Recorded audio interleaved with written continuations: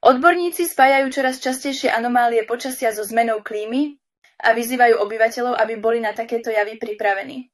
Pozrite si prehľad udalostí len za 2 dní. Grécko. V Koropi zničil veľký požiar lesy a majetok. Rusko. Mesto Išim a Išimský okres zasiahlo krupobytie veľkosti slepačieho vajca.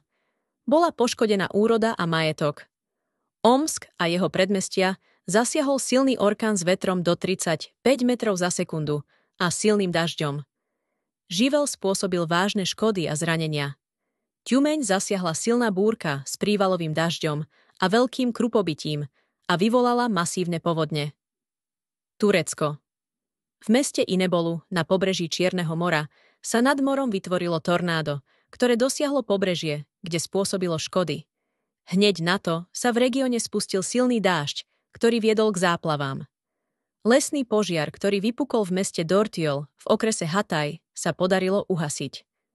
Na severovýchode Turecka napadlo uprostred leta veľa snehu. Teploty prudko klesli, miestami sa vyskytli snehové búrky a silný vietor. Sýria. V Lataki už 3. deň horia rozsiahle lesné požiare. Čína.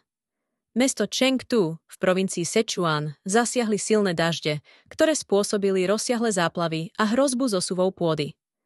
V okrese Danba v provincii Sichuan došlo k bleskovej povodni a zosuvu pôdy, ktorý odplavil viac ako 200 000 metrov kubických pevného materiálu.